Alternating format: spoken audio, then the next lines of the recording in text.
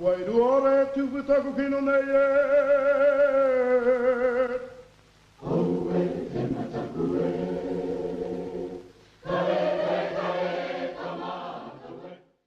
what makes New Zealand a great Pokemon region?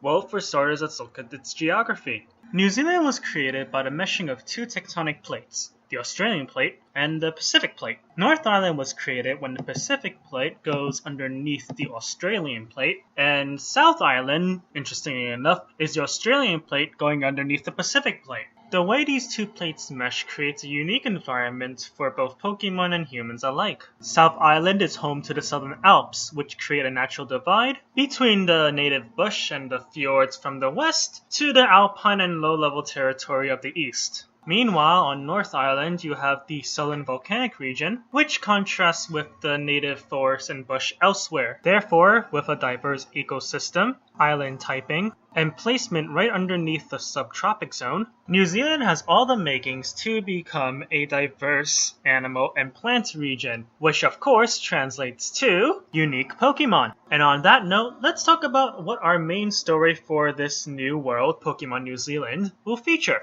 So the main overarching story for Pokemon New Zealand would feature the dissension between the Maori people and the Europeans prior to the Treaty of Waitangi. For those of you who don't know what that treaty is, basically the shorthand version is that in exchange for the British being able to trade and sell New Zealand land and property, the Maori people were given British rights, of which there is still dissension about how the treaty was translated in Maori when it was given to those people during the day of the signing. We are going to tweak history a little bit here and instead make the story based on a modern day New Zealand world, but with a Pokemon sort of feeling into it. So rather than the discussion of how land is to be divided and governed, we're going to be talking about how Pokemon are being treated. In the Maori culture, Pokemon are not necessarily caught in Pokeballs, but are instead tamed naturally. And it is from this genuine bond that Pokemon are able to respect their trainers without the use of a Pokeball. On the other side, you have the Europeans. And they use Pokeballs to capture Pokemon because in their culture, they are unable to create this natural bond, and therefore require Pokeballs in order to tame them.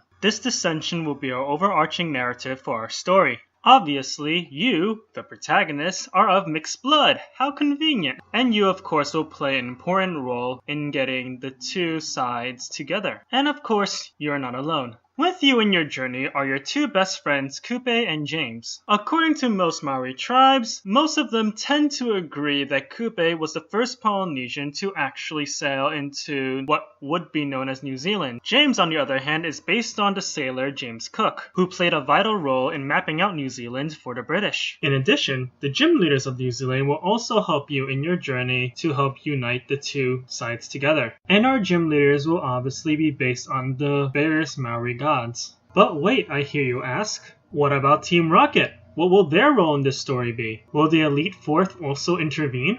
And will the Pokemon Champion play a vital role in this story as well? All this and more will be discussed in later videos. For now, our world is set. Our characters are set, which means one thing and one thing only. It's time to play Pokemon New Zealand.